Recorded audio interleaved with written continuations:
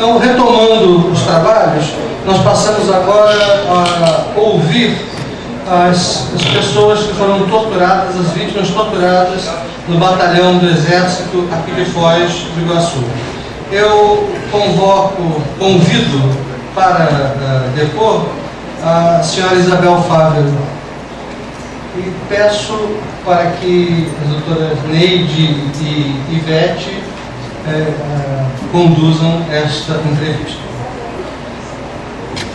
Muito obrigado pela sua presença. A senhora está com a palavra.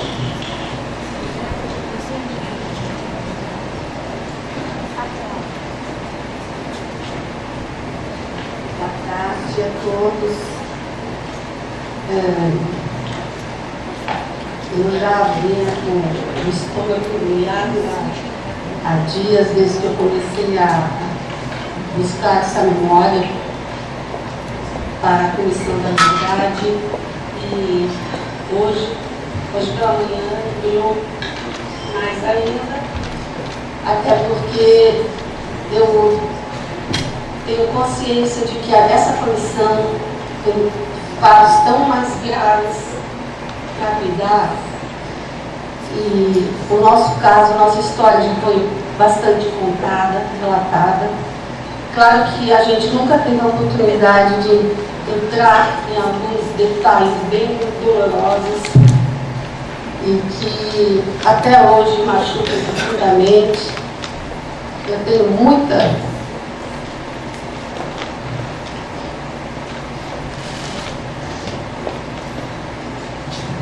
tenho dificuldade. Isabel, não se importa de chorar, a gente espera, tá? A gente está com você, está te ouvindo. E não é menor chorar, tá? Faz parte mesmo da... E nós, sabe, o seu choro é o nosso também.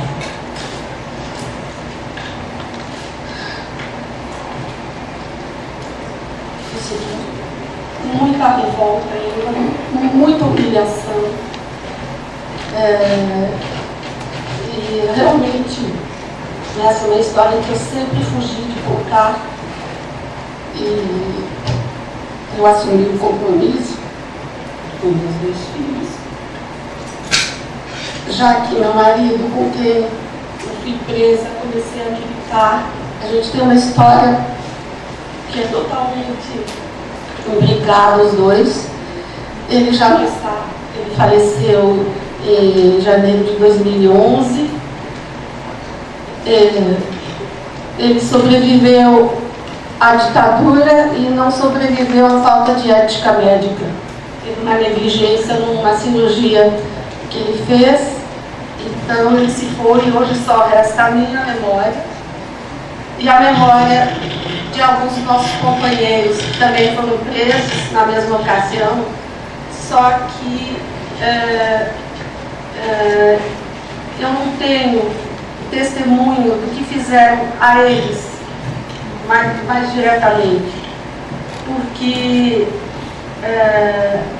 a ditadura, os militares que nos torturaram, eles usaram muito o fato de... Eu era militante, mas eu também era apaixonada, né?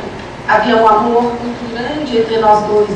Então, os confrontos eram sempre entre nós dois, porque dói muito mais. Eles tinham consciência disso. Então, eu fiz um esforço bem grande para trazer a memória dele. Essa história não é só minha que eu vou falar, é a nossa história, minha, de Luiz André, que foi um grande combatente, porque eu tenho muita admiração. E com ele depois eu tive uma trajetória de vida de exílio, e aí mais de 40 anos de vida, e 2 filhos tivemos que nasceram no exílio, Diego e Gabriel. Então, eu vou falar muito nós, porque as coisas aconteceram sempre muito com nós dois.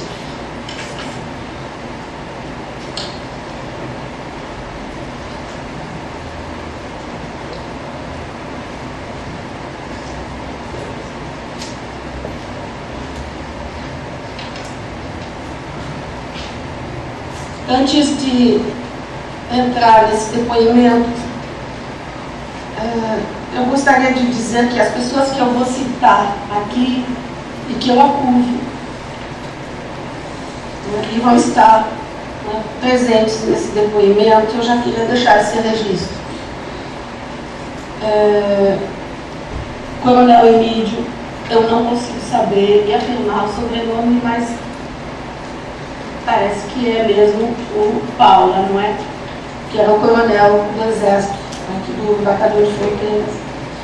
Capitão Fernando José Vasconcelos Kruger, uns chamavam de Krieger, outros de Kruger. Ele era do batalhão da Polícia Militar de Curitiba. O capitão Júlio Roberto Cerdá Mendes, que foi, junto com o tenente Mário Expedito Strovski, que comandaram e acompanharam todo esse processo, que depois a eles se somaram duas pessoas, um chamado Pablo, o outro Juvenal, nomes de guerra, que se apresentaram como sendo do Esquadrão da Morte. E tem uma série de outros que a gente nunca soube o nome, que eram chamados por codinomes, apelidos. E eu queria também colocar nessa lista o então diretor do presídio do AU de Curitiba, Lamartine Arroio Soares, que não me quis, sob a sua responsabilidade no AU, onde estavam os presos políticos, e me encaminhou para o presídio de mulheres em Piraquara, onde eu fiquei em prisão comum, e na época nem era normal acontecer. Os presos políticos estavam em celas especiais, e ele não teve nenhum escrúpulo em me mandar para essa prisão, esse presídio, onde eu fiquei presa com assassinas, latricidas, enfim. Mas eu diria que elas tiveram muito mais decência do que ele e do que o poder constituído que me colocou lá, que eu fui respeitada e aprendi bastante, inclusive, nessa passagem. Eu gostaria de contextualizar como é que a gente veio parar aqui, porque algumas pessoas podem se perguntar. Nós somos gaúchos e viemos ser presos no Paraná.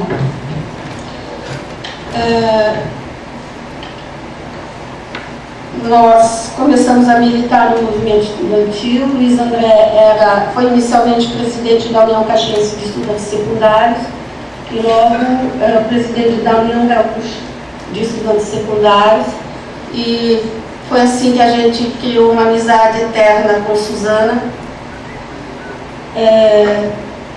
E esse foi um período muito curto, porque logo a gente, dado o contexto o social, político, a gente passou a militar na VAR Palmares. A nossa vinda para o Paraná foi uma decisão da direção regional da VAR, que considerou que nós não poderíamos mais estar na legalidade. Então, estudamos a nossa possibilidade de começar a montar uma base de resistência à ditadura militar no oeste do Paraná. Meu sogro tinha ali uma pequena fazenda e vimos que ali era um lugar estratégico, onde inicialmente a gente contaria com o apoio deles e em seguida a VAR viria a suprir nossas necessidades para que a gente pudesse fazer o trabalho político que a gente tinha a fazer. Lá também já estava morando o meu cunhado, o Alberto, o Beto, que está aqui, que foi preso também conosco.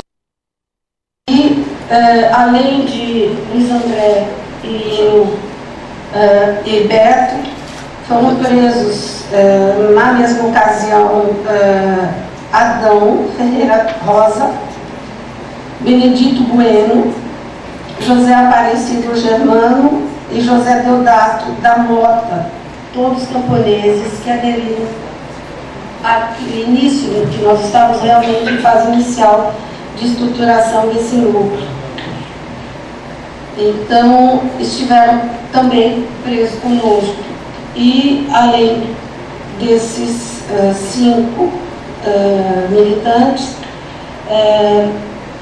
depois, alguns dias depois, junto conosco esteve Gilberto Silveira, que foi trazido de Curitiba, naquela mesma ocasião em que eu encontrei agora Ana Beth,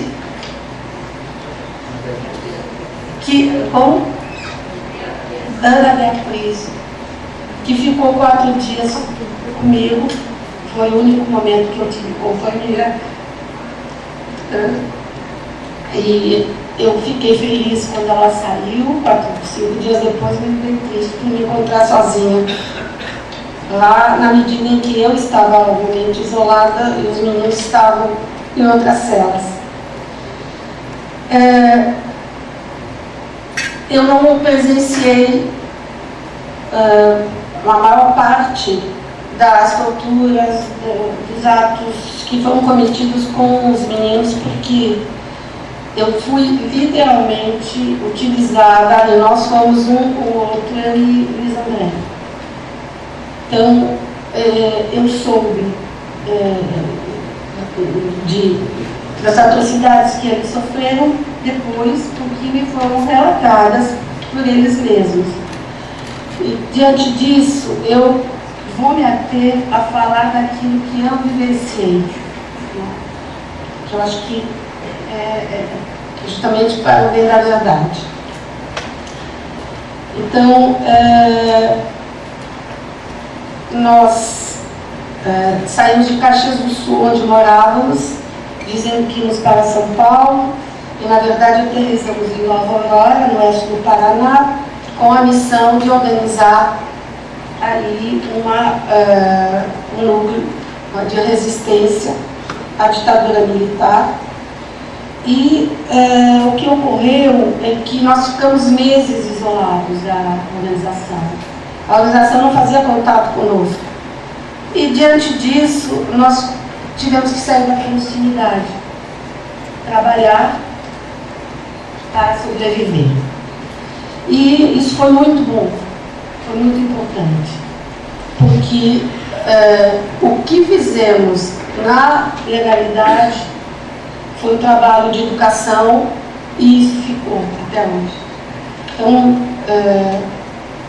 foi realmente o aspecto positivo, vamos dizer, desse risco que tivemos que correr, porque eu comecei a trabalhar como professora no ginásio e, ao mesmo tempo, reabri uma escolinha primária que tinha na fazenda ao lado do deputado Nac, que foi um dos apoiadores da nossa prisão, ele junto com o padre, com o diretor do ginásio, com a secretária de educação do município. Eles deram suporte àquela mega operação que foi realizada pelos militares para nos prender. E Luiz André logo virou professor também, da mesma escolinha. E a escolinha no galpão, completamente abandonado, nós fizemos mutirão com os pais, com os alunos, e colocamos aquela escolinha para funcionar. E isso nos permitiu nos aproximar dos pais, dos alunos, e a gente foi compartilhando com eles nossas ideias, nossos ideais, nossa visão de uma sociedade melhor, e eles foram simpatizando conosco e nos dando um amplo apoio. Não sabiam exatamente qual era a nossa missão, não é? Eram apenas simpatizavam com nossas ideias, e a gente conquistou aí uma simpatia que, pelo que eu sei, inclusive através da pesquisa que o o Marcos está realizando ali nessa região. Até hoje os alunos têm lembrança desse trabalho. Isso me deixa muito feliz. E paralelamente a esse trabalho de educação, que a gente cuidava da educação formal, eu no ginásio, mais na escolinha, mas a gente fazia também nos dias de sábado e domingo alfabetização para os adultos, para os pais dos alunos, usando de forma precária o método Paulo Freire.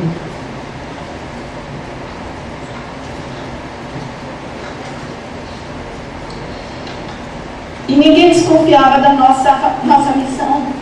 A nossa fachada era muito boa, porque a gente aparecia como um casal jovem, perto do sogro, da sogra, fazendo um trabalho, construindo, né, o seu futuro.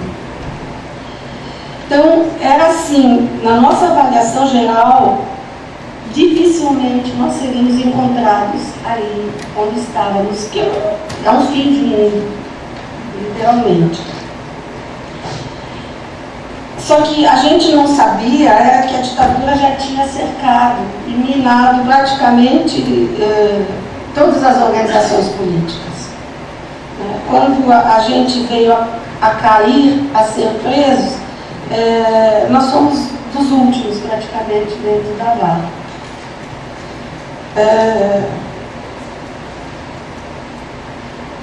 Eu diria que quando eles chegaram até a gente, a vara Palmar estava já praticamente desmantelada.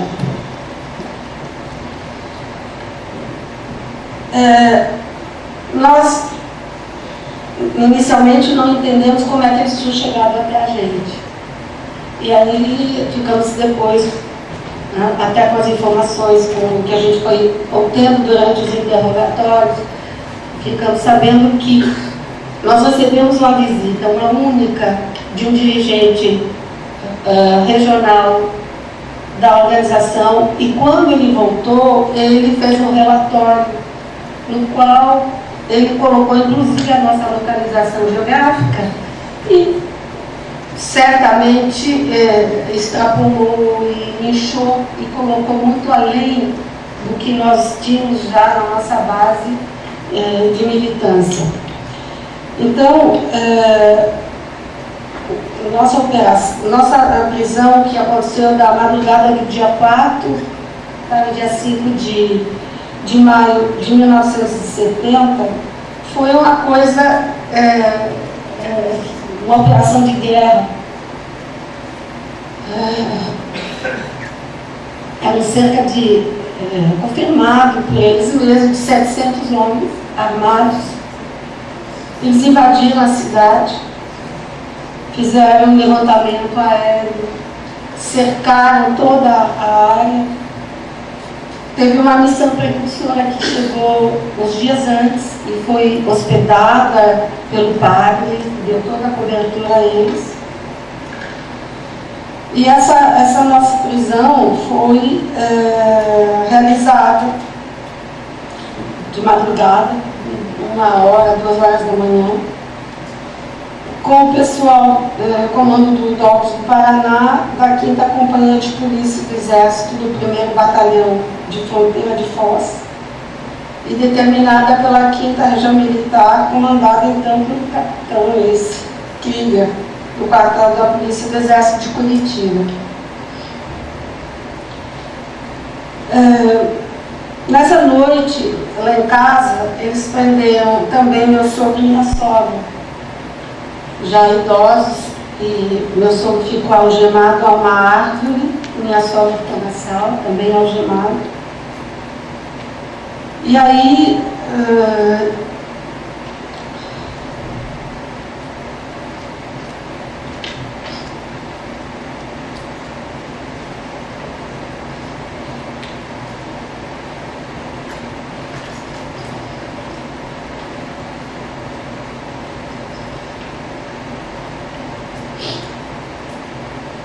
não tinha luz na fazenda, não tinha luz na casa ainda.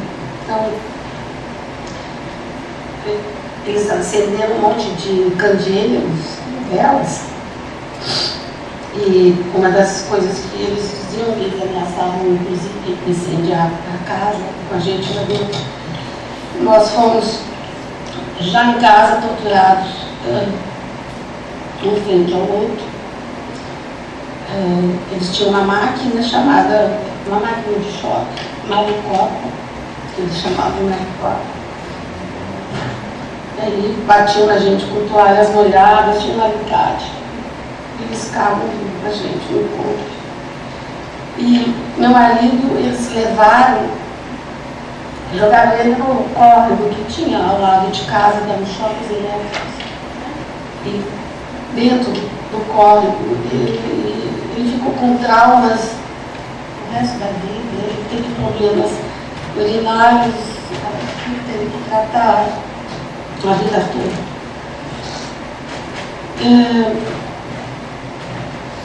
E aí no dia seguinte a gente foi levado, quer dizer, nós fomos embarcados, eu numa ambulância, meu marido num caminhão do exército, e eles deixaram entender que iam nos levar para Curitiba. Aí eles saíram, ninguém sabia o nosso destino. Mas eles trouxeram a gente para o batalhão de fronteiras, que nós também não sabíamos. A gente chegou. E no dia seguinte, nesse primeiro dia, a gente continuou nas ruas, continuamos a ser interrogados, torturados, numa sala que tinha ao lado do pátio, tinha que atravessar o pátio, tinha uma sala num andar bem grande, uma sala vazia, suja, tinha pouca coisa na escrivaninha, tinha cadeiras para pau de arara, água em bacias. E no segundo dia,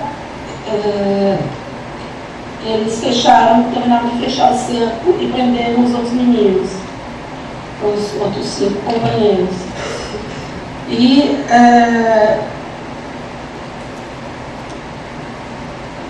durante os primeiros dias nós ficamos unicamente sob comando nas mãos do SEDAR e do Expedito.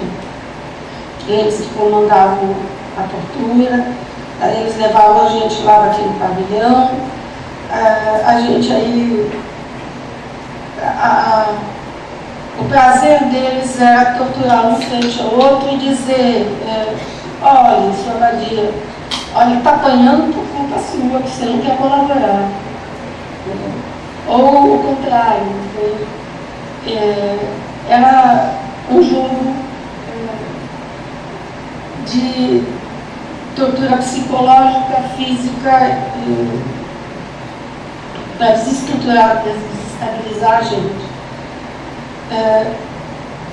Eu fui muito ofendida como mulher, porque ser mulher e militante é um karma, a gente, além de ser torturada física e psicologicamente, a mulher é vadia, a palavra mesmo era muito puta, menina decente, olha pra sua cara, com essa idade, o que tu tá fazendo aqui, que educação teus pais te deram, tu é uma vadia, tu não presta. Enfim,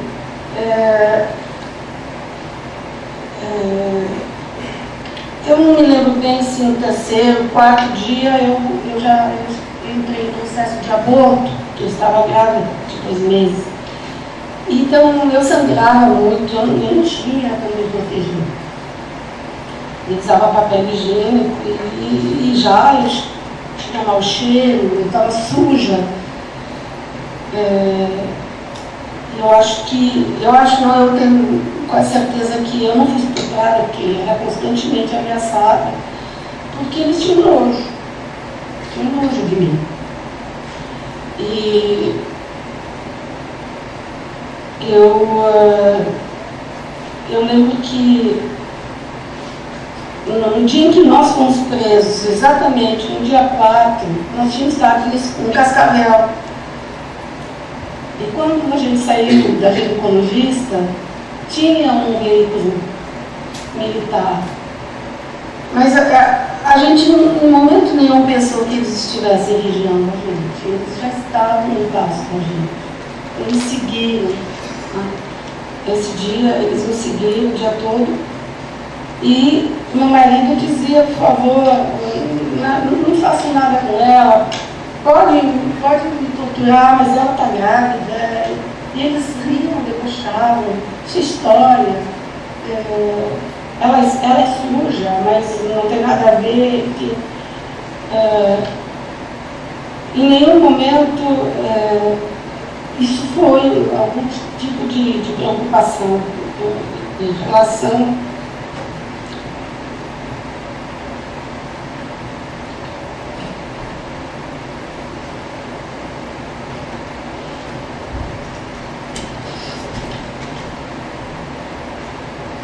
eu certamente abortei por conta dos choques que eu tive nos primeiros dias nos aviões militares, não sei, ponta dos dedos, atrás das orelhas, aquilo provocou realmente um desequilíbrio. Eu lembro que eu tinha muita dor no pescoço, porque quando a gente sofreu um choque, sabe, a gente joga a cabeça para trás. Aí chegou um momento que eu não sabia mais aonde, doía tudo em todo lado, mas enfim, certamente foi isso. E eles ficavam muito irritados de me ver suja, sangrando e cheirando mal, e enfim. Eu acho que ficavam até com mais raiva e me machucavam mais ainda. Aí, acho que foi no 5º dia, chegaram esses 2 caras, Pablo e Juvenal. E eles se apresentaram como especialistas na VAR, eles vinham do Rio. Eles tinham um chaveiro, então eles mostravam assim a corrente, tinha vários elos, e eles diziam que cada elo era um comunista morto, e que a gente ia fazer parte daquela mesma corrente. Óbvio que eu morria de medo, que dizer que a gente não tem medo na prisão, falácia, eu estava aterrorizada. E com a presença deles, a tortura ficou mais sofisticada e mais intensa. Aí mal levavam a gente de volta para a cela, já vinham buscar. Então, eu já estava num quarto que me colocaram, que era o quarto do oficial do dia, que ficava de frente, tinha um corredor, aí tinha a solitária e as outras celas. Me tiraram da cela quando eu realmente comecei a passar muito mal.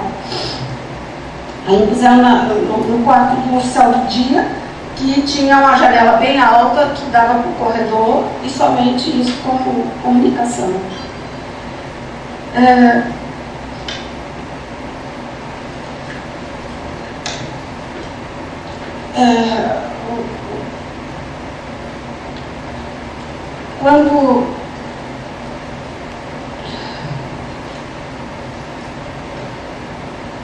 Quando eu já não estava muito bem mesmo, e eu fiquei preocupada que André soubesse que eu estava bem, não queria que ele ficasse imaginando que seria uma tortura para ele, que disseram a ele que eu estava morta.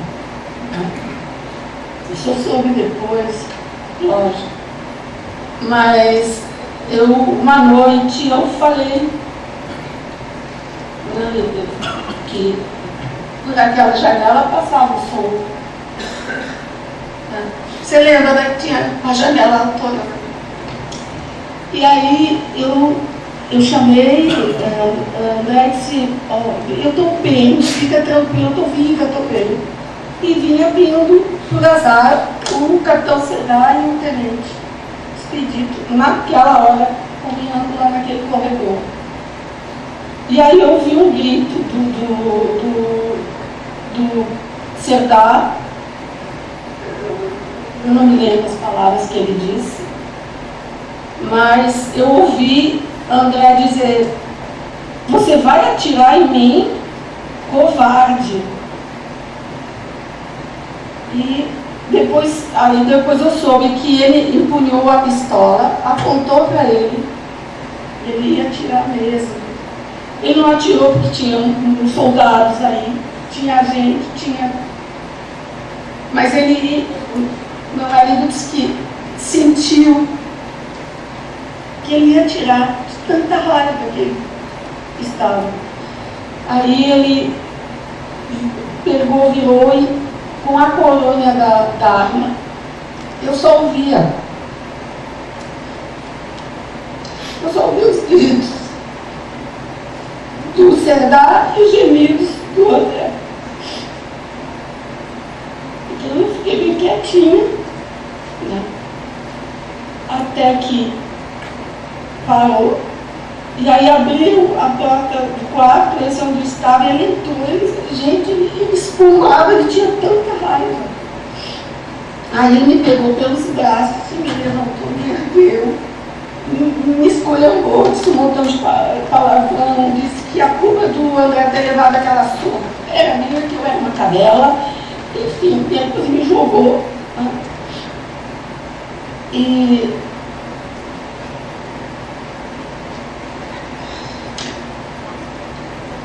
dias depois fui levado para o interrogatório novamente com o André, né?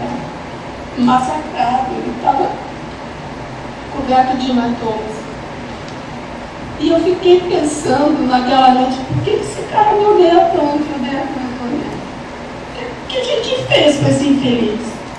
O Expedito estava junto, presenciou.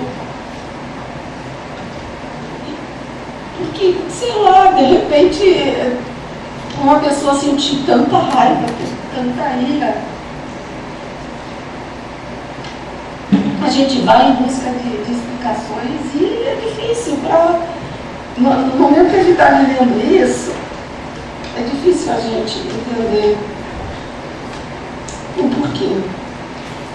Sei que eu não tenho a menor vergonha em dizer, eu morria de medo quando via a voz do Expedito, as chaves que ele já vinha para abrir a cela. Chega uma hora que a gente está exausto, a gente não aguenta. E ele quer morrer. Eu quis morrer muitas vezes. Eu pensava assim: por sorte eu morro, porque eu vou ter uma infecção, que eu já estava febril, já estava passando muito mal. Eu tenho uma boa infecção, vou morrer. Aí depois eu pensava assim: mas e os meninos e o André? Aí me dá uma vontade enorme de dizer: não, eu vou me vingar e vou fazer com eles muito pior do que eles estão fazendo comigo e com eles. Isso me ajudava a me manter no meu desequilíbrio, mas me ajudava. Sinceramente, eu me imaginei fazendo barbaridades com quem estava fazendo barbaridades com a gente. Mas o Pablo Juvenal encontraram, eu não sei se foi Pablo Juvenal ou se já tinham, se lá tinham encontrado. Na minha bolsa eu tinha um papel com o nome do meu cunhado, João Evaldo Nunes, que morava no Rio alguns dias por mês, porque ele tinha uma empresa, então ele ia para fazer o trabalho dele com os clientes do Rio, mas ele morava em Caxias. Então aquilo, para eles, configurou um aparelho, com certeza. Ele não tinha nada depois disso. E aí, prenderam ele, e eu não sabia. Quando o Pablo Juvenal começaram a me interrogar, o meu cunhado já estava preso. E aí eu não entendia porquê, mas eles queriam que eu confirmasse que ele era o nosso contato no Rio de Janeiro, que ele era, enfim, nossa base, nosso elo. E eu não entendia, não tinha nexo o que eles me perguntavam e as afirmações que eles queriam que eu fizesse. sei que meu cunhado foi barbaramente torturado, sem saber Deus por quê. Ele ficou anos sendo acompanhado por médicos, porque, de certa maneira, eu digo, nós que éramos militantes, a gente sabia a opção que a gente tinha feito que podia acontecer. Não do jeito que a gente sofreu. Mas um cara que é preso sem saber por que está sendo preso é muito, muito difícil de aceitar, de superar. E eu fiquei com essa culpa, porque eu não soube isso logo, não. Eu soube disso muito tempo depois. Nem minha família queria me dizer, ninguém sabia disso. Ia me deixar desesperada, porque ele não estava nada bem. Mas quando ele saiu, quando liberaram ele, que finalmente não tinha surra, não tinha tortura, não tinha pau de arara, que me fizesse dizer um negócio que não era mesmo. Não era. Ele não era, nosso era, não era. Aí ele foi liberado. E quando ele foi solto, disseram, olha, você nunca esteve aqui. E se um dia, porventura, você mencionar alguma coisa, pode te preparar, que aí tu não sai. Então ele saiu com essa ameaça. Procurei investigar, nunca encontrei o registro dessa prisão dele. Eu não sei se foi feito ou não foi. Em todos os casos, muito tempo depois, quando eu já tinha encontrado meu equilíbrio, eu tive essa, confesso, profunda dor de saber que ele sofreu e que eu indiretamente tinha sido a causadora desse horror pelo qual ele passou. O Pablo e o Juvenal, eles, quando eles chegaram, eles comentavam que eles tinham sobrevoado as cataratas, que era muito, muito bonita a vista. E que eles iam levar a gente para dar um passeio. A gente ia sobrevoar as cataratas.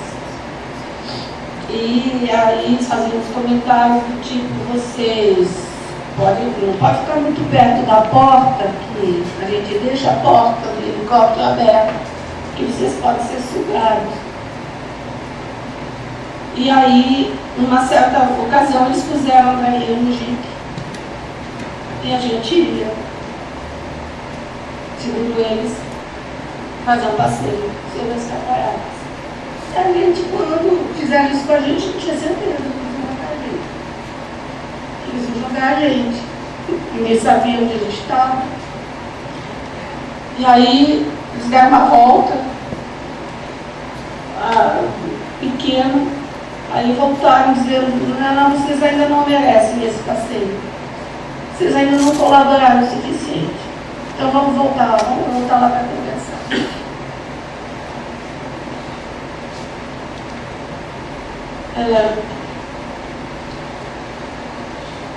Eu até hoje não tenho vontade de ver as cataratas. Foram várias vezes que eles ameaçaram a gente.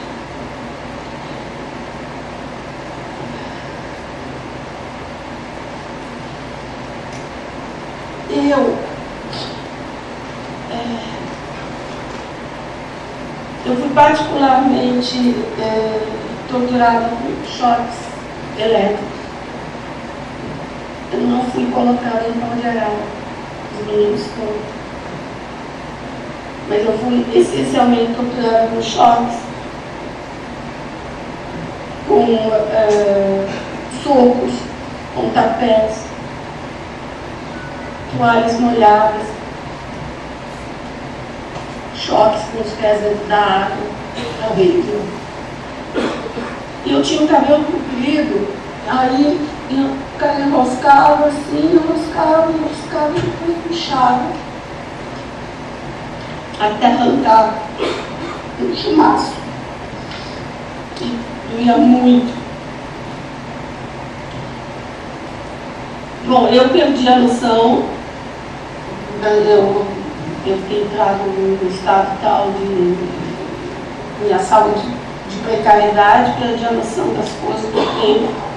Aí depois de alguns dias eu acordei, tinha uma senhora ao meu lado, ela se chamava Olga. Eu nunca declinei o nome dela para protegê-la. Mas aí eu penso que hoje, espero que não tenha risco nenhum em dizer, eu só sei esse nome, Olga. Aí Olga me levou a tomar 12 roupas limpas, 12 toalhas e me levou para tomar um banho. Penteou meu cabelo, cortou, estava tudo lançado. E aí eu comecei a conversar com Olga. Ela não perguntava nada. Tipo, acho que ela tinha aí olhos para não saber. Ela devia estar aí para me dar um atendimento. Obedeceu o que o médico do batalhão, que eu não me lembro do nome, um cretino, que eles decidiram que eu não iria para o hospital e ele ia me medicar, e também se eu morresse não fazia a menor diferença, porque eu era uma vadia menos, não ia fazer menos diferença. Mas a Olga cuidou de mim. E aí eu perguntei a ela onde a gente estava, que até então eu não sabia. Ela disse, você está no batalhão de fronteira de Foz do Iguaçu. Eu disse a ela, poxa, eu tenho um cunhado que mora em Medianeira. Ele trabalhava longe, no Banco do Brasil. E ela não disse nada. Ela perguntou o nome dele e dias depois, não sei quanto, eu sei que meu cunhado chegou até a gente uns 25 dias depois que ele estava preso. Aí eu soube, depois soubemos que ela ligou para a irmã dela, que morava em Guaíra, e pediu para a irmã dela ir até a Medianeira, ir ao banco, pedir para falar com o meu cunhado e disse, eles estão em Foz do Iguaçu.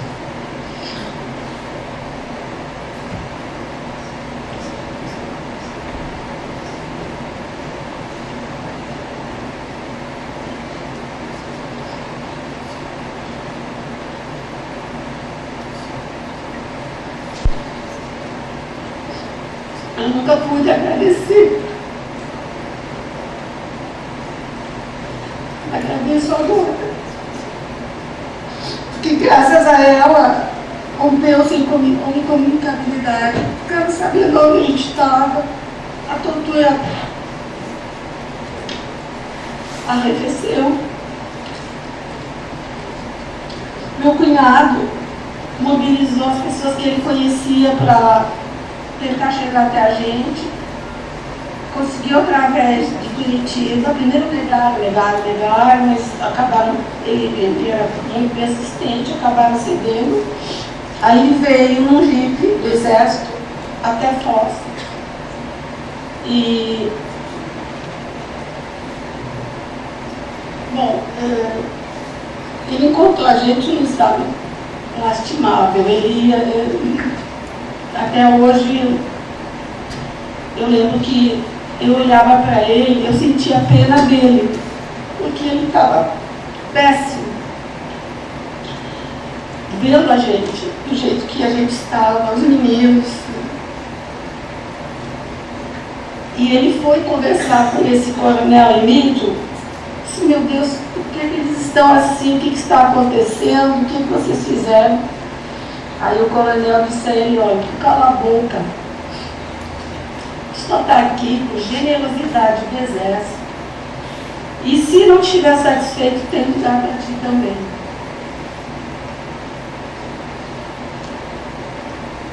Esse foi o coronel Emílio, que eu estava febril, acabada, em condições lastimáveis, e ele entrava e vinha me dar conselhos, como se nada tivesse acontecendo lá dentro daquele quartel. Olha, eu tenho uma filha da sua idade, mas ela está no bom caminho, você optou pelo caminho dos bandidos, do terrorismo. Isso não é uma escolha que você fez, agora tem que aguentar as consequências. Mas está em tempo ainda de mudar. Teve uma ocasião, quando eu já estava bem melhor, que a Beatriz estava lá, ele veio e trouxe docinhos de uma festinha de aniversário para a gente. Eu sou muito bom com as pessoas. Veja, estou trazendo docinhos para vocês. Nada de mal está acontecendo aqui, vocês estão sendo super... Não esqueçam de dizer que vocês sempre foram muito bem tratados aqui. Ele tinha esse cinismo.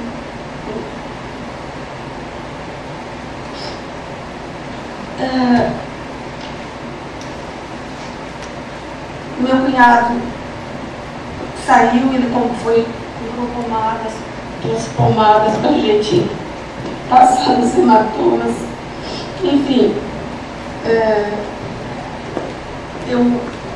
eu ressalto a importância da Olga nessa nossa história, porque muita coisa mudou depois que meu cunhado foi chegar até nós, depois que poder divertir, avisar a família, advogados, que até então, o que acontecesse conosco, ninguém poderia depois confirmar ali dentro, a não ser os soldados.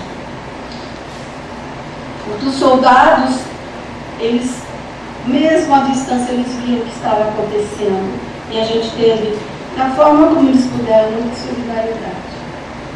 Eu acho que alguns poderiam hoje dar uma grande contribuição para a Comissão da Verdade. Não no nosso caso. Que a gente está aqui para contar, mas eu acho que muitos.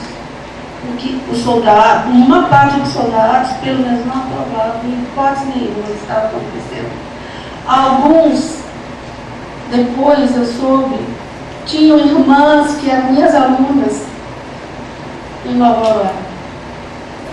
Então, eles não aceitavam o que eles estavam vendo. E nós tivemos o caso de um sargento e um soldado que foram presos. Porque o sargento, ele jogou um jornal para mim por cima daquela janela. Ficou preso um mês.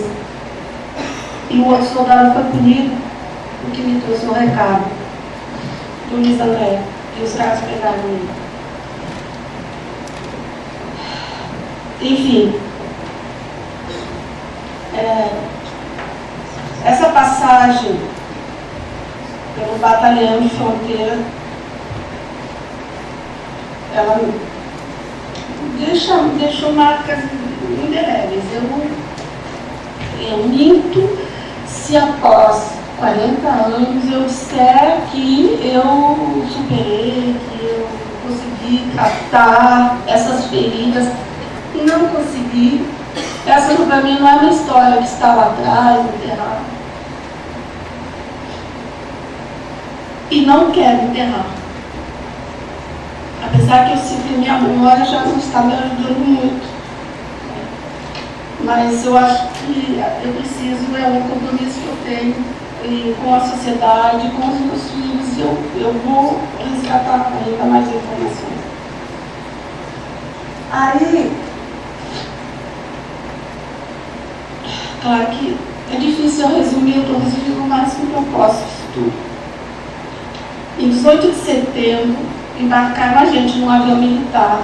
Aí sim, levava a gente. Só que naquelas alturas a gente se pergunta por que eles vão querer matar a gente agora? Eu e o André. Deixava os meninos lá. Aí a gente foi assim, eu e ele algemados aqui, algemado aqui no assento do avião e ele algemado no outro assento. E saímos, ninguém disse para onde, a gente perguntava onde ele nos levava. Não mandaram nenhuma informação. Aí chegamos no DOPS de Porto Alegre. Então, mais uma enxurrada de desespero. O que mais podiam querer da gente agora lá no DOPS? A gente já estava indiciado no processo do Rio Grande do Sul com o grupo da VAR. Aí chegamos lá numa sexta-feira à noite, ficamos até a segunda nesse pânico. O que vai acontecer conosco?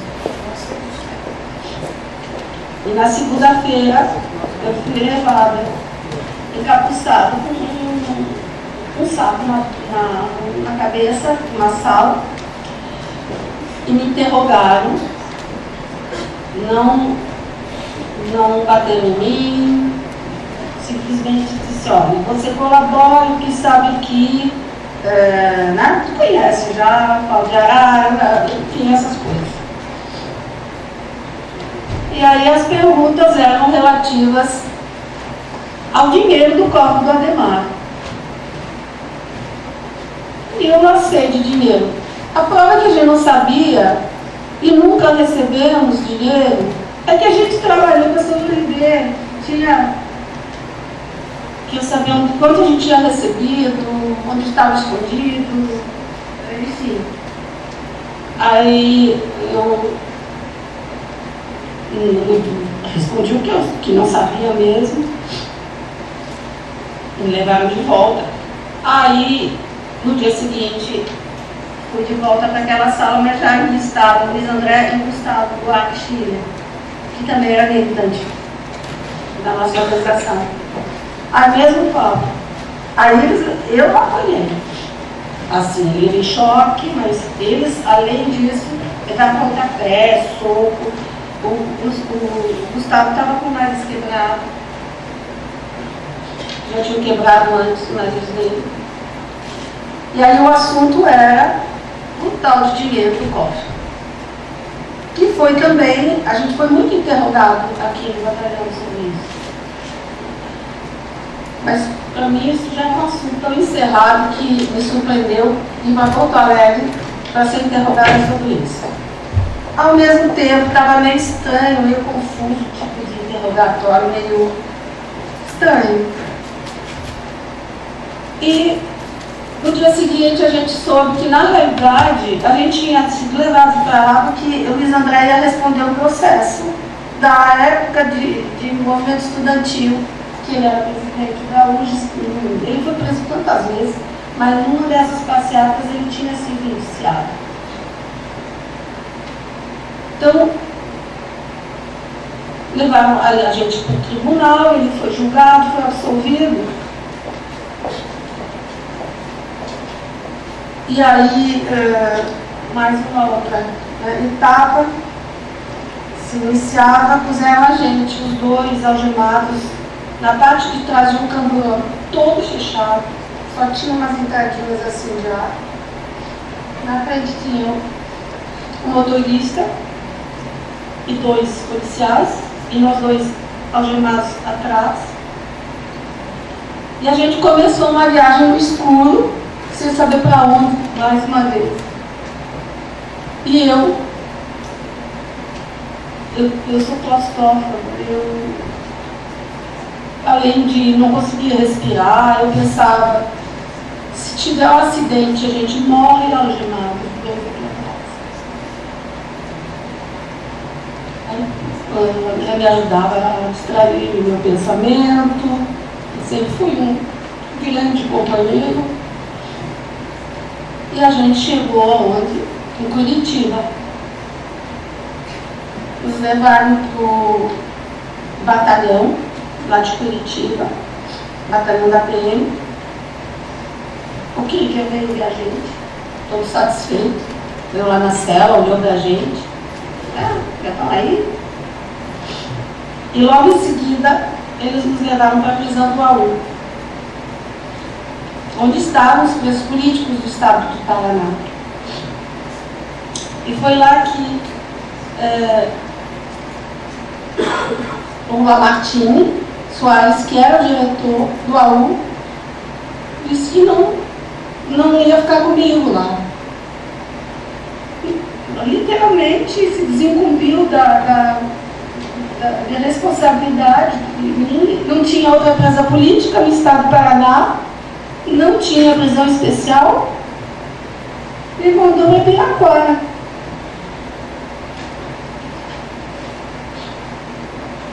E foi uma experiência muito, muito dura.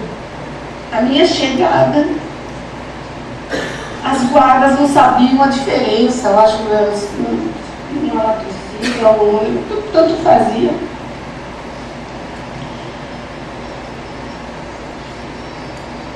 Eu estava super fragilizada, lógico. Estava no taco. E já no camburão que me levou, eu fui chorando. E a guarda já me dizendo, não, vagabundo é assim, né? Faz as coisas e chora, tá vendo? Eu fiquei pensando,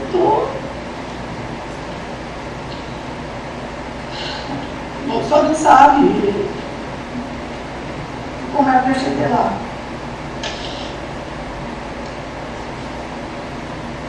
Em julho de 71, a gente foi julgado e condenado pelo Tribunal Militar lá em Curitiba, na editoria da Quinta PM. Elizabeth é condenada a 18 meses, eu a 12, que cumprimos. Condenados por aliciamento de menores, ou seja, o trabalho que eu fazia de educação foi considerado altamente subversivo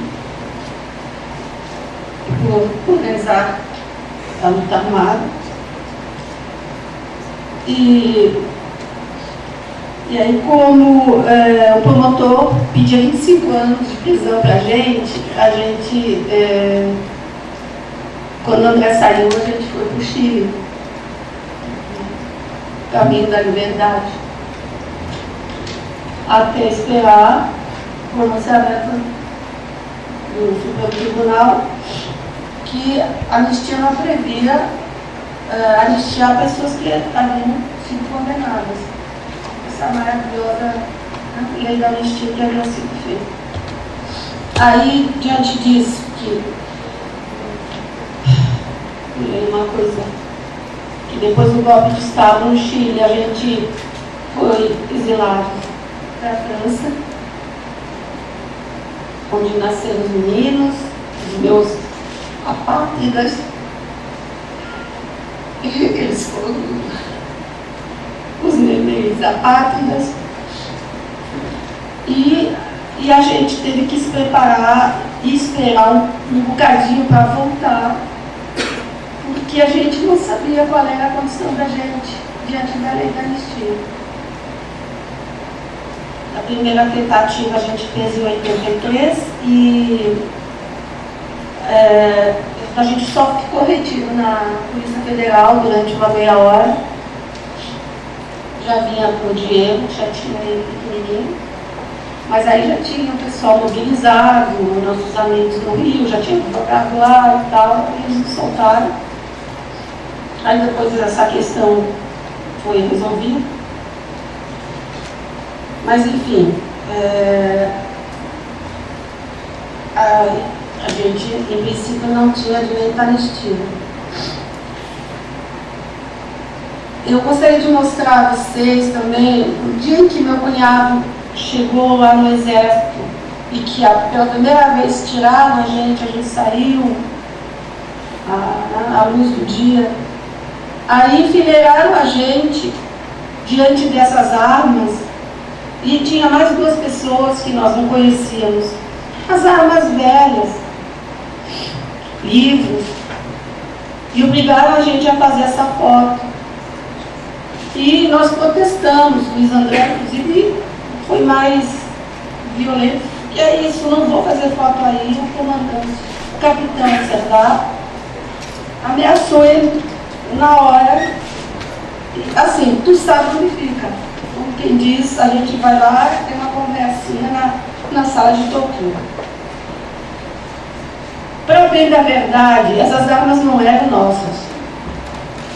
Nossas armas estão enterradas até hoje lá na mata. Mas precisava publicar no jornal que todo mundo com a cara de bandido, a gente estava todo mundo esfacelado, e mostrar que eles tinham feito certamente um bom trabalho para receberem as devidas homenagens, enfim.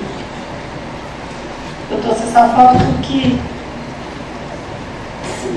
muitas vezes, depois desse fato, a gente lembra, quando vê a imprensa publicando certas coisas, a gente diz, pode ser, pode não ser, porque a gente também esteve nessa, né? Outra coisa que é importante assinalar é que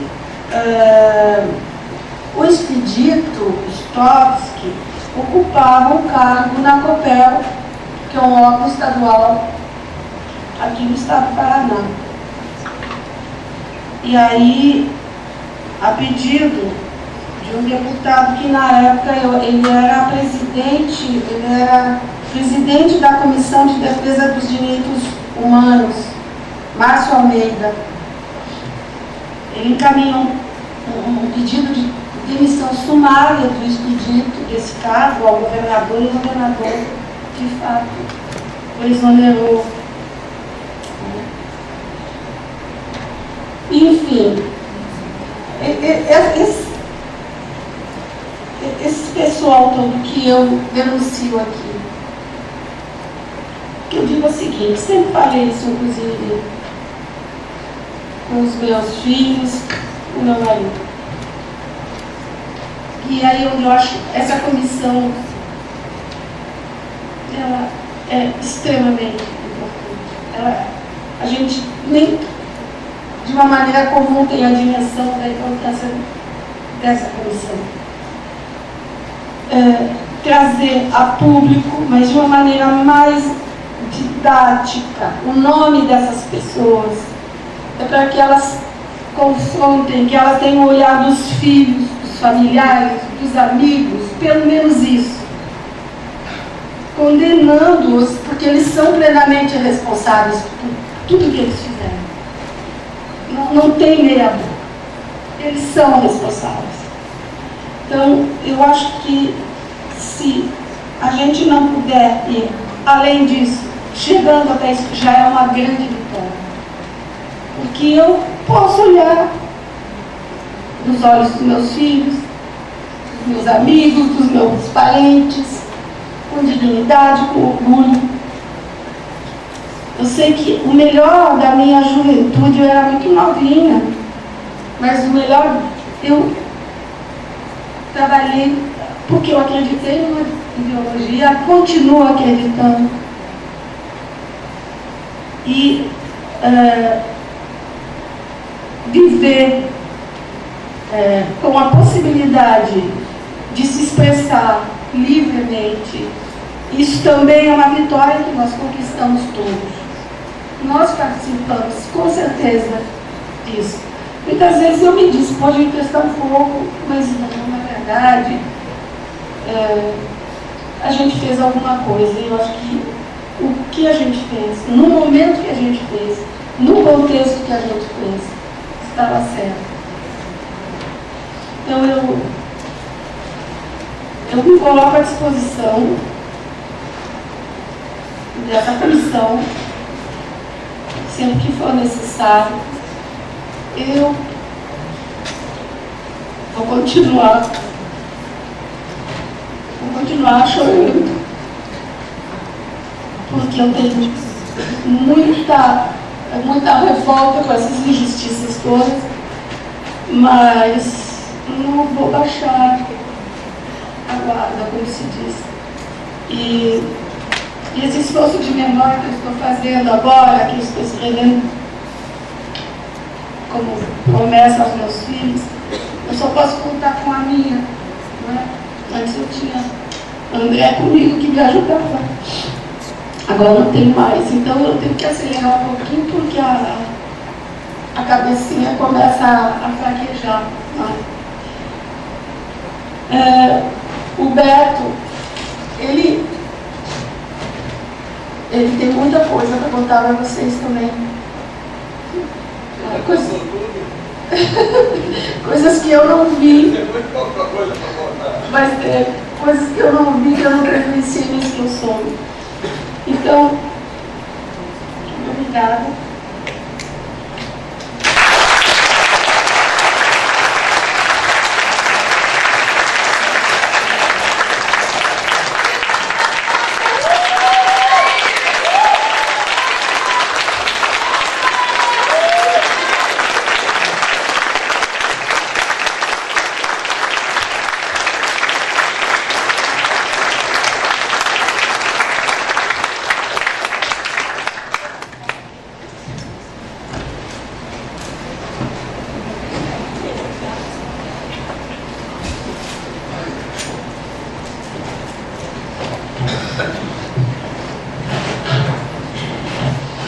Isabel, muito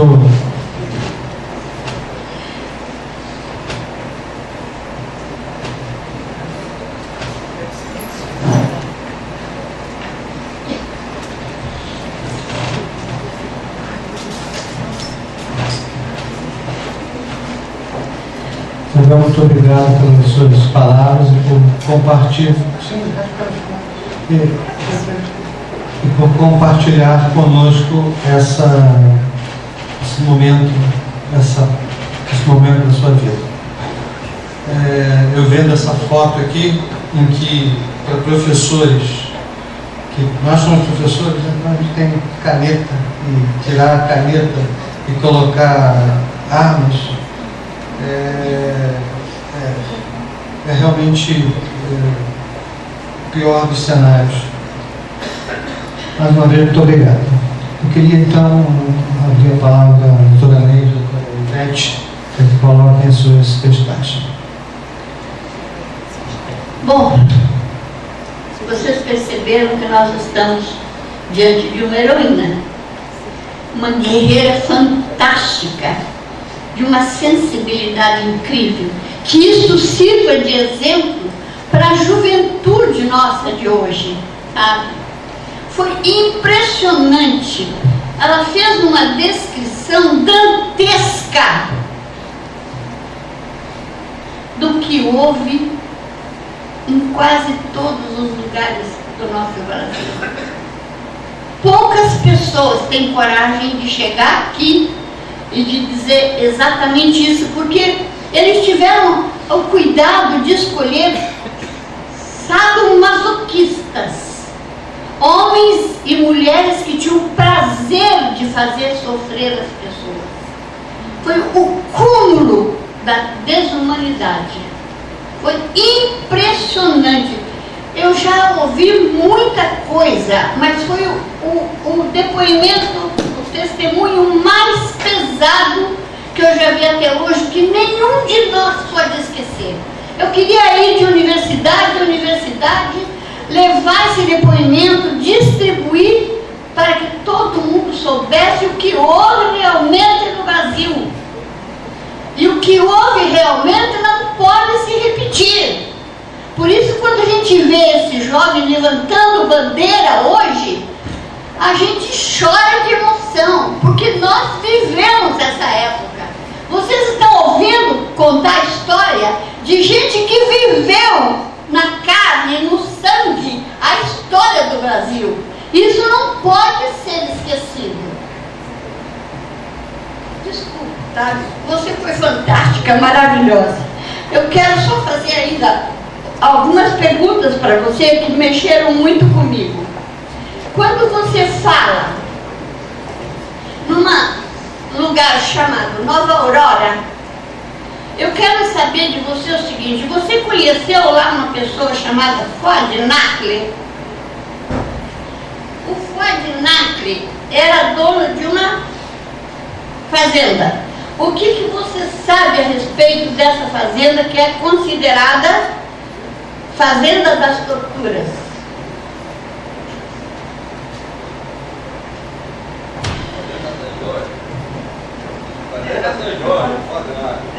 Fazenda São João.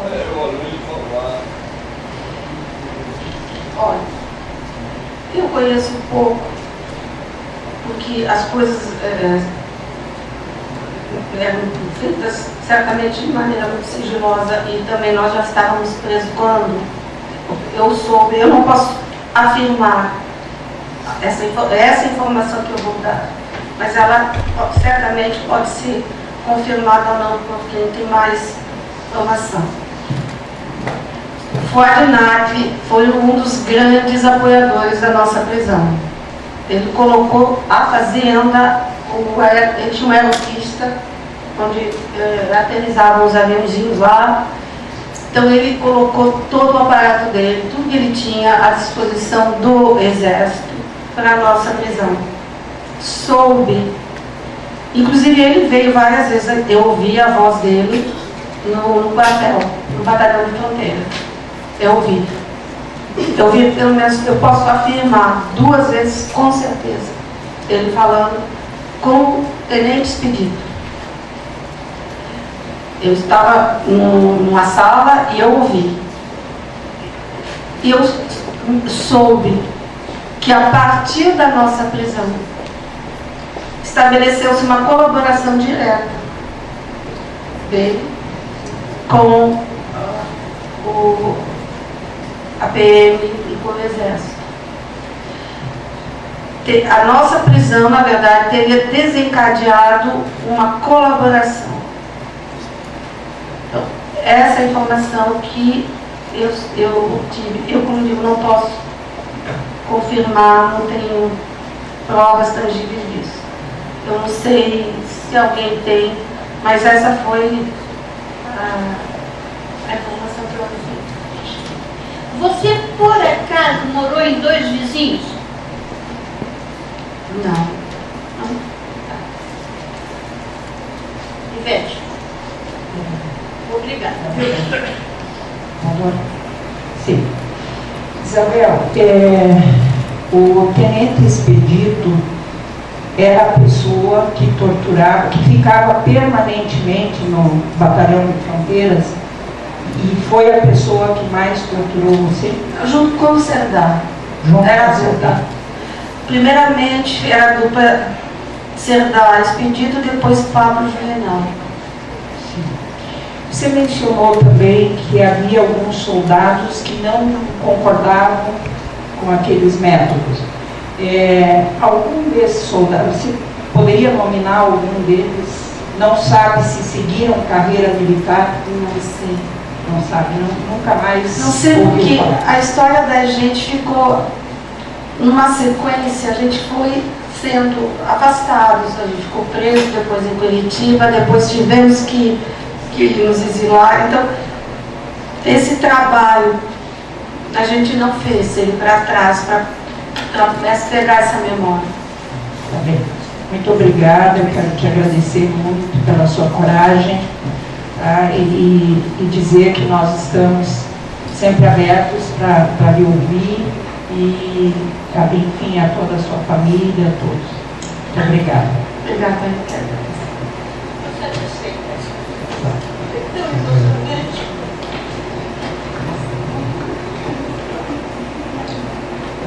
Márcio.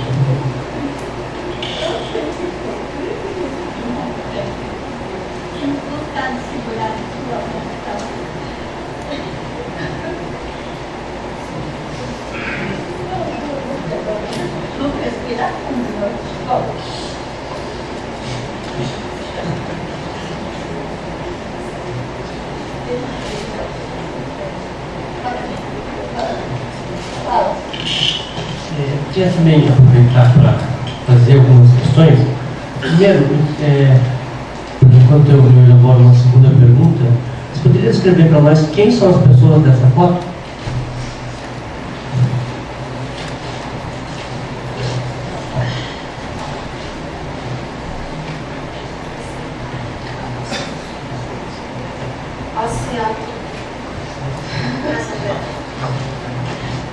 Alberto Silveira, que estava em Curitiba e foi trazido junto com a Beatriz, por estar ligado ao nosso regional, então ele foi trazido ao batalhão. José Deodato,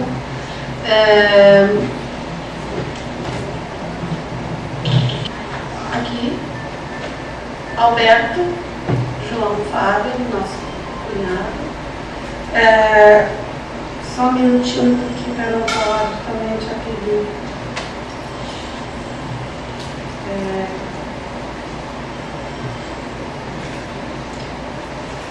José Aparecido Germano.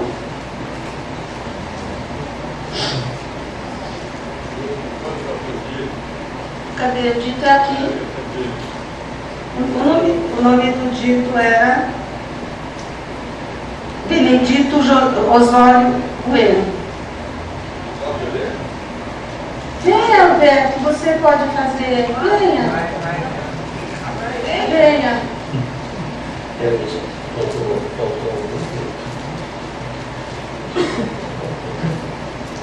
Diga o nome completo deles, que eu chamava todo mundo pelo apelido. Aqui, na realidade, eu mostrei por aí aqui, ó. Ele era administrador do coronel do Abílio Figueiredo, não sei se alguém viu falar do Abílio Figueiredo. E esse Abílio Figueiredo era compadre de um senador biônico na época. Ele ficou aqui preso 7, 8 dias numa celinha, ali comendo tudo que é coisa especial. Aí depois liberaram ele.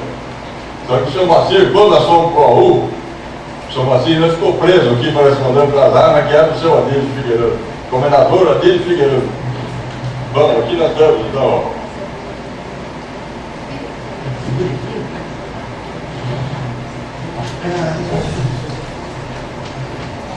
Aqui, ó. Luiz, senhor Roberto, como o senhor vai ser o próximo a ser chamado, o senhor já não gostaria de sentar ali? Por favor? Por favor. Senhor Dito, primeiro aqui, ó. Depois você vai Deodato.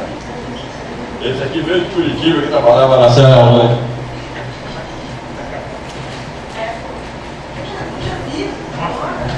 Aqui?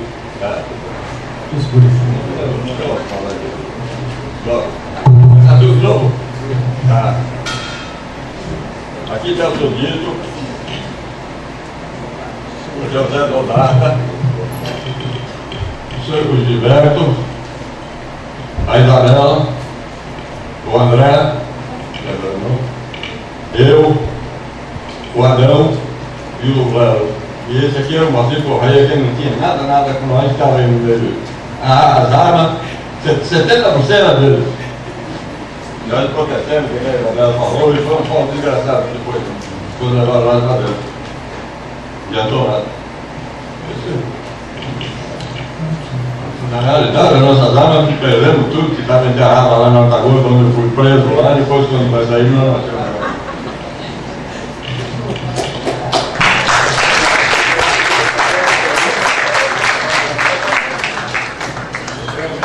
Senhor Luiz Alberto, aproveita que o senhor está aí, já, por favor, acompanhe a mesa.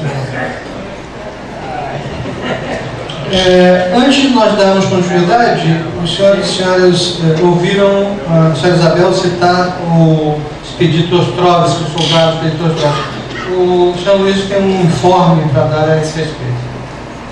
Bem, depois de tudo isso que a Isabel relatou, das torturas, do sofrimento,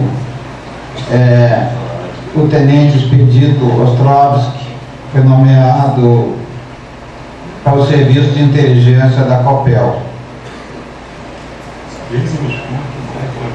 E o Fadinac, o filho dele, foi nomeado diretor da Itaipu.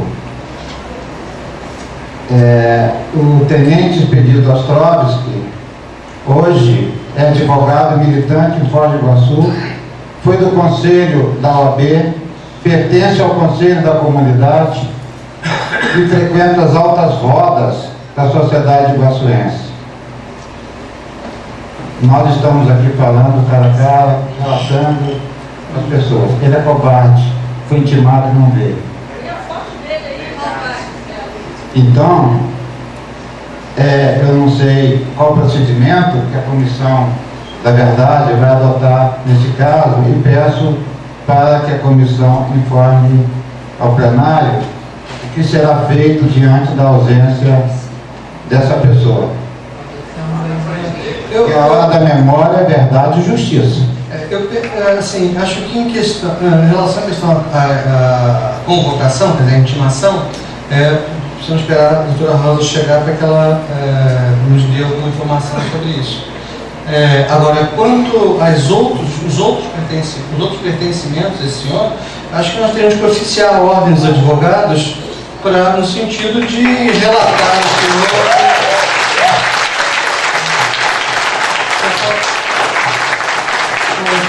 uma sugestão da professora Vera muito pertinente, aliás. Então eu queria já deixar, podemos fazer algo em conjunto, mas já pedir para que a nossa secretaria prepare essa documentação para ser enviado à ordem.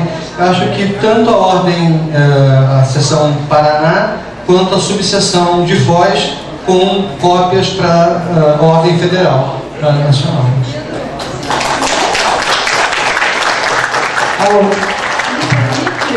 A ordem, a seccional da OAB do Paraná constituiu também uma comissão de verdade e eu acho que é o caso também de chamar para colaborar conosco, né, todos os companheiros da comissão de verdade da ordem para chamar esse senhor que é filiado.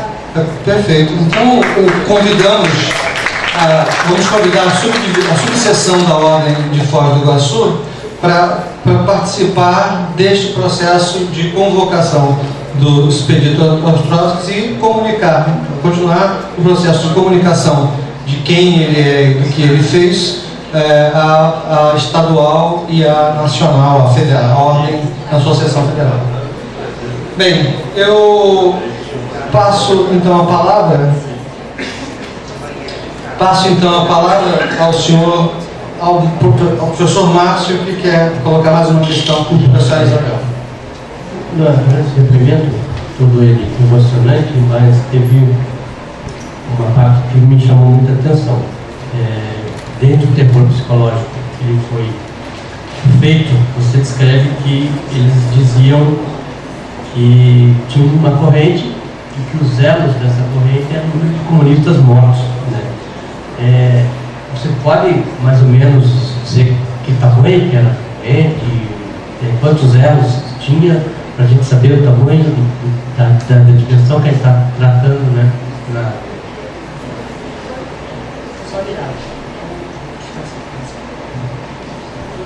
Quantos elos eram? Não sei. Mas é uma corrente, na ponta tinha um chaveiro com a caveira. Os elos não, eram grandes, eram grandinhos assim. Então, é uma corrente. Depois, com o passar do tempo, a gente dizia, não, isso era para nos aterrorizar, não é possível. Mas, não é perto, era mais ou menos assim. Um desses rapazes falou para mim, assim, quando uma tortura. Então, senhor, por favor. Ele falou assim para mim: se vocês tivessem caído no Rio de Janeiro, vocês já eram. Falou para mim e para o Luiz, meu irmão, que eles tentavam jogar, eu e o meu irmão, um tentava bater no outro, está entendendo? Tentaram umas 7 ou 8 vezes, mas não conseguiram, e eles pararam. Aí depois o meu irmão veio, conseguiu entrar, mas ele só viu eu e a Isabel e o meu irmão, não deixaram o outro pessoal ver também, né? Só mostraram nós 3. Aí deu uma melhoradinha, meu pai já conseguiu chegar, trazer roupa, essas coisas aí, mas meu pai já tinha vindo de Foz do Iguaçu aqui umas 20 vezes, e não tinha conseguido entrar, né? Aí meu irmão estava lá no Banco do Brasil em Foz do Iguaçu, em Bahia, né? Eu não sei como é que foi, meteu a boca lá e os caras fizeram desse jeito aí. Aí deu uma melhorada um pouco. Nós ficamos 90 dias aí, que foi uma pauleira danada. O senhor disse que a senhora Isabel já tinha dado a maior parte das informações, mas certamente o senhor tem bastante coisa para relatar para a gente. Desculpa. Eu gostaria que o senhor desse o seu depoimento. Como foi a minha prisão, por exemplo. Eles já chegaram em Nova Aurora, porque eu fui preso na Antagorda, que era lá que eu comandava um grupo lá, que nós tínhamos se envolvido no meio de Poceiro, lá tinha um grupo. Até de Poceiro, então a gente estava no meio lá. Aí eu fui preso em Antagorda. Mas eles já sabiam que eu estava sozinho em casa, porque a minha mulher estava com um menino de 5 anos e outro de 3 e ela estava grávida. 27 dias depois que eu fui preso, ela ganhou o último filho meu.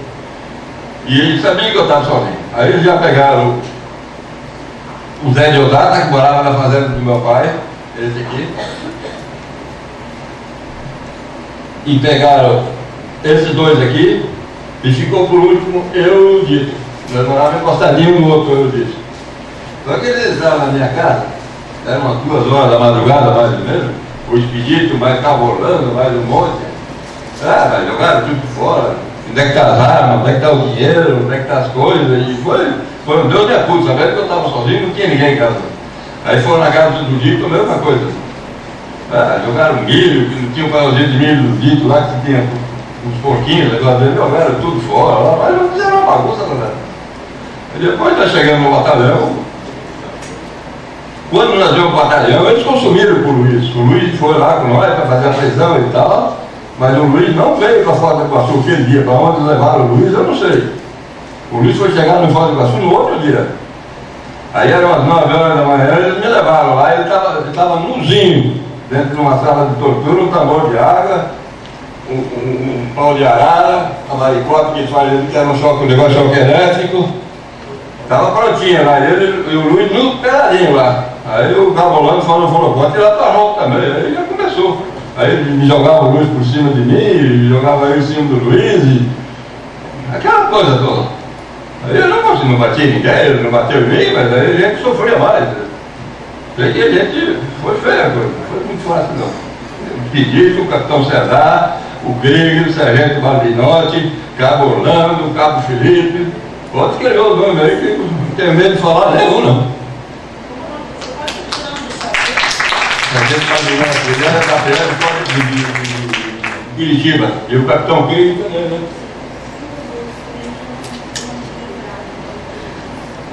O Cabo Orlando e Felipe. Cabo Orlando e Felipe.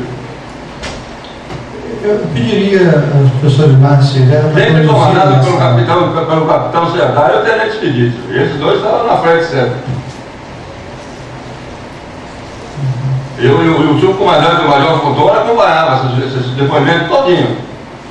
O subcomandante não, mas o comandante geral, o subcomandante do Major Fontoura veio 3 ou 4 vezes e assistiu o depoimento meu e do meu irmão.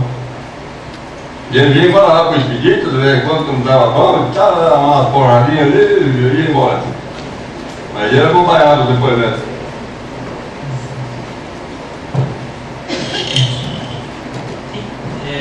Nessas sessões de tortura, o que eles queriam saber do senhor?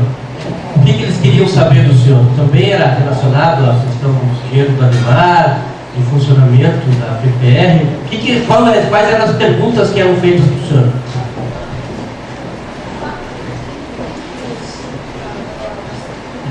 Eles põavam a gente na água nua e amarrava o fio da maricota, no centro do lugar, e põe a vez na água e tocava aquela maricota. E depois pendurava a gente no pau de arara e era a mesma coisa, a maricota era a primeira, era choque o dia inteiro. As informações que eles queriam relacionar. Eles queriam, não sei, o pessoal, nós queríamos botar o pessoal do Rio Grande do Sul. A verdade foi essa aí. Aí ele estava num processo lá que nós ia tratar da delegacia de Nova Aurora, fizeram um monte de coisa lá, coisa que a gente não tinha nada com nada. A gente estava preparando, não tinha nada. A única coisa que nós tínhamos se identificado, eu estava no meio de um grupo de poceiros, está entendendo? E justamente esses poceiros eram contra o Fábio Lágrima.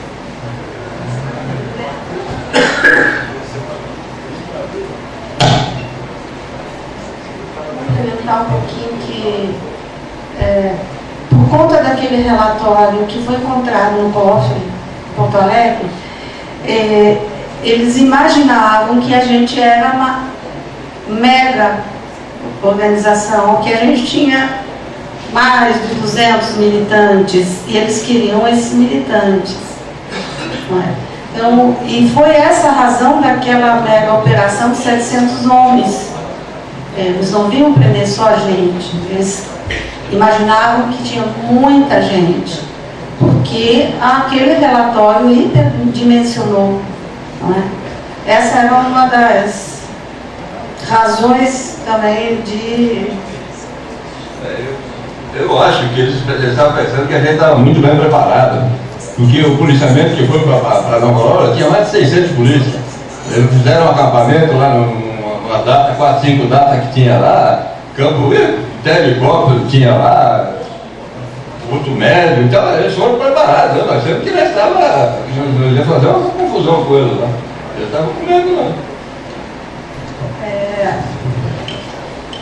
Além do NACLE, que colaborou com a repressão, havia outros fazendeiros, proprietários que também colaboraram com a estrutura da repressão, com a repressão? Tinha um tal de delegado lá, chama Colégio de Bruscolino. O tenente Expedito pagou ele, depois que nós fomos presos, para ele lá na casa do meu pai, para ver se tinha gente diferente, vinha gente estranha. Ele contou, tem um amigo meu que está fazendo um depoimento com as pessoas lá em Nova Aurora, e ele deu esse depoimento direitinho, confirmando que ele ficou uns 7, 8 meses depois que prenderam nós e tudo, cuidando do meu pai lá, para ver se vinha gente diferente, se vinha essas coisas, que era o Expedito, que ia uma vez por semana lá, levar o dinheiro para ele e pegar as informações. O senhor pode falar um pouquinho para nós sobre a Fazenda Nova Aurora? O que o senhor sabia sobre a Fazenda Nova Aurora? Fazenda São Jorge. Pode escrever um pouco? Qual que era o seu conhecimento sobre a Fazenda? A Fazenda São Jorge era um fazendário. Meu pai tinha uma propriedade encostada dele, foi preso a Isabela do meu irmão. E a Fazenda São Jorge era do Fábio, mas ele faz tempo que ele se desfez da fazenda. Já acho que ele faleceu também, já, não sei. E agora não é mais ele, não, mas era do Fábio. Na época ela era utilizada como centro de tortura? Na época era do Fábio. E era utilizada como centro de tortura? Não, eu acho que não. Não posso dizer isso porque eu nunca vi. Nunca vi. Eu faço essa pergunta porque, dentre os depoimentos e as oitivas que nós temos feito na Comissão da Verdade, eu me reservo o direito de não citar o nome da oitiva quando tivemos essa informação, nos levou a um caminho, a um indício muito sério de que essa fazenda, de fato, chamada Fazenda da Tortura, ela era um centro de referência. Algumas oitivas têm nos levado nesse caminho. Então é por isso que, como o senhor conhecia bem a questão da Fazenda São Jorge, né? Até nós não tínhamos esse nome, Fazenda São Jorge, mas alguns depoimentos já apontaram para esse caminho, né?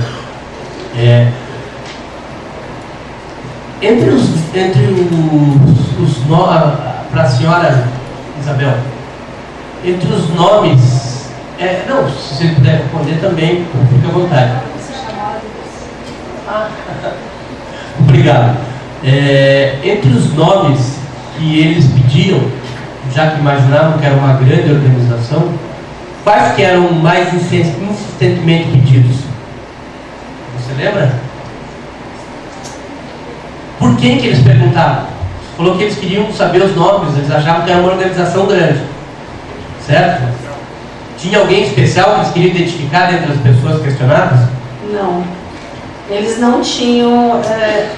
tinham o seguinte, eu acho que o fato de a maioria dos dirigentes estar presa já, então eles não viam necessidade de passar por aí. Eles queriam que nós dessemos o contingente de militantes, que não existia, onde estavam os dólares, aonde estavam escondidos, onde estavam as armas, que de fato não foram apreendidas armas, né?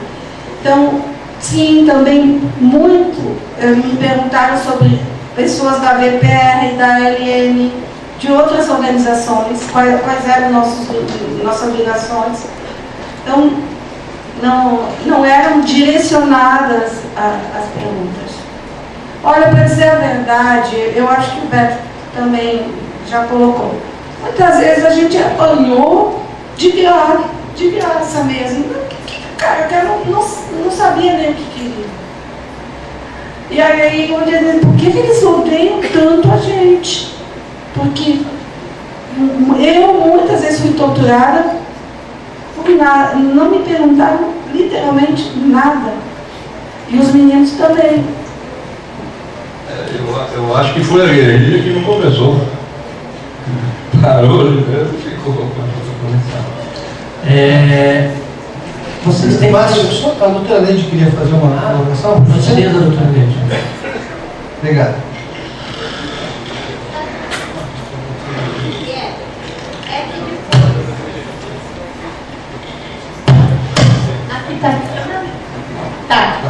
É que depois de tanta coisa pesada que a gente ouviu, a gente até podia brincar um pouco, não pode? Todo mundo sabe quem foi que pegou os dólares do governador Adhemar de Barros. Agora vou mandar uma carta para a dona Nossa Senhora Presidente para dizer que ela está pagando por uma coisa, pagou por uma coisa que ela não fez. Porque estão acusando ela de ter roubado o cofre. Não é verdade? Desculpe, é brincadeira mesmo. De ter roubado não, mas de ter recebido dinheiro, mil vezes. Márcio. Vocês têm conhecimento de mais alguém que colaborava com esse processo das torturas, ou que era informante desse processo?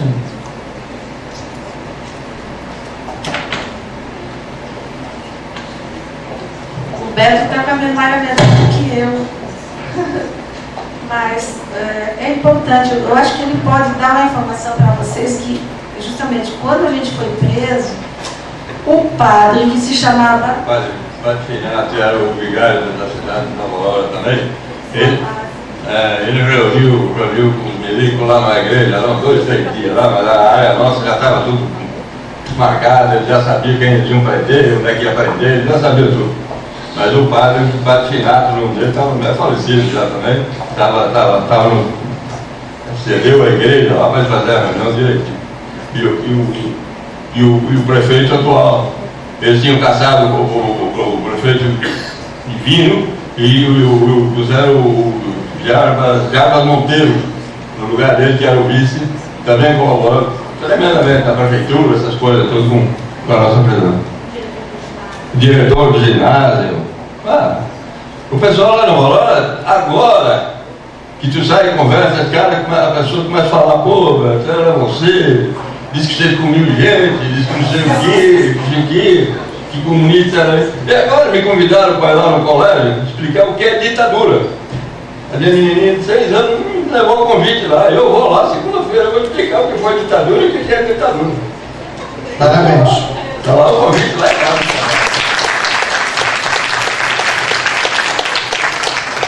Eu perguntar, aonde vocês estavam era no batalhão, certo? Onde vocês estavam presos, era no batalhão. Lá estava preso apenas esse grupo que aparece na foto ou tinha mais gente? Se tinha mais gente, era alguém conhecido de vocês ou não? Não, no período que nós estivemos, éramos nós. E tinha esses outros 2 que apareceram na foto que a gente não conhecia, mas éramos somente nós. Poderia acrescentar um comentário, até conversando com esse jovem Marcos, que está fazendo uma pesquisa lá, eu fiquei muito emocionada hoje. porque quando nós fomos presos, vocês imaginam uma cidadezinha bem pequenininha e invadida pelo exército, foi uma comoção.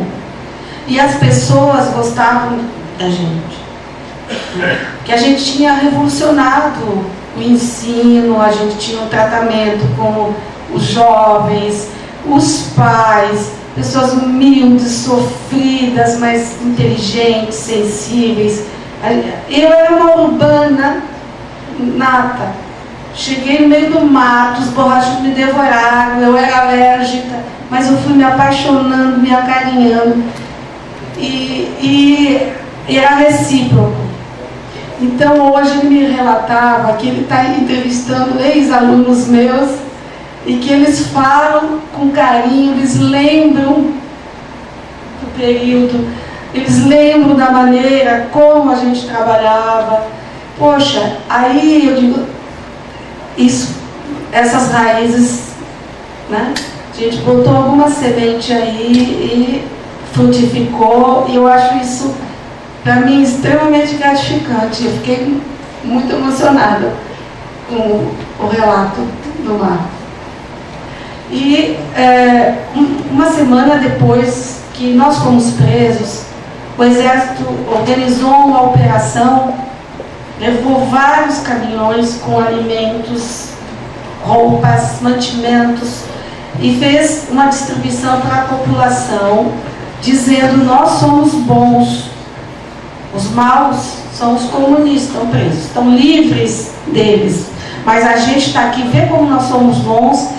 E meu sogro relata que muita gente disse: nós não queremos porcaria de vocês não, a gente quer nossos professores. E eu acho, assim, são coisas que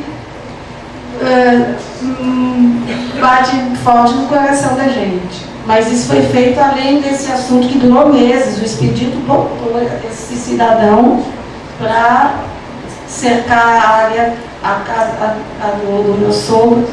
E de fato, nós, como todo mundo, fomos saqueados. Tudo que se tinha dentro da casa foi ou comido ou levado. Isso fez parte do arranjo. E uma das vezes que eu ouvi o Fuad Nakri lá no batalhão, ele estava dizendo para o expedito que meu sogro, depois que, né, rompeu a incomunicabilidade e tudo mais, meu sogro reclamou as nossas alianças, a minha e do André.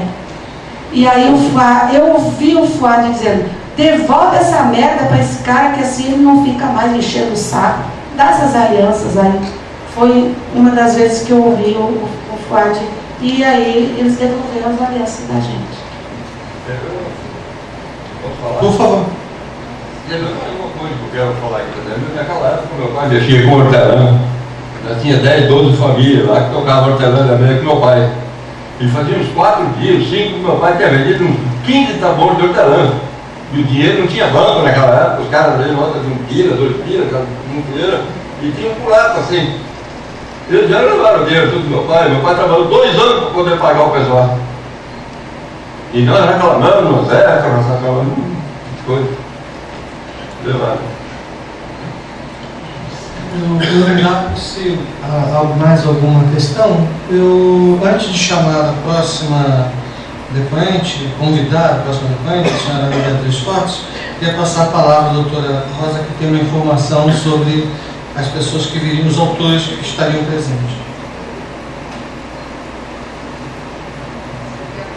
Informar com relação ao Otávio Caidolfo e com relação ao Mário Ostrovski, que não compareceram, né, foram chamados, foram convocados para vir à audiência, e então nós estamos providenciando, junto ao juiz local, uma ordem para que a Polícia Federal os conduza. Isso vai ficar muito tarde, provavelmente, para hoje, mas para que seja amanhã de manhã, para que eles sejam ouvidos aqui. Esse é o motivo pelo qual o doutor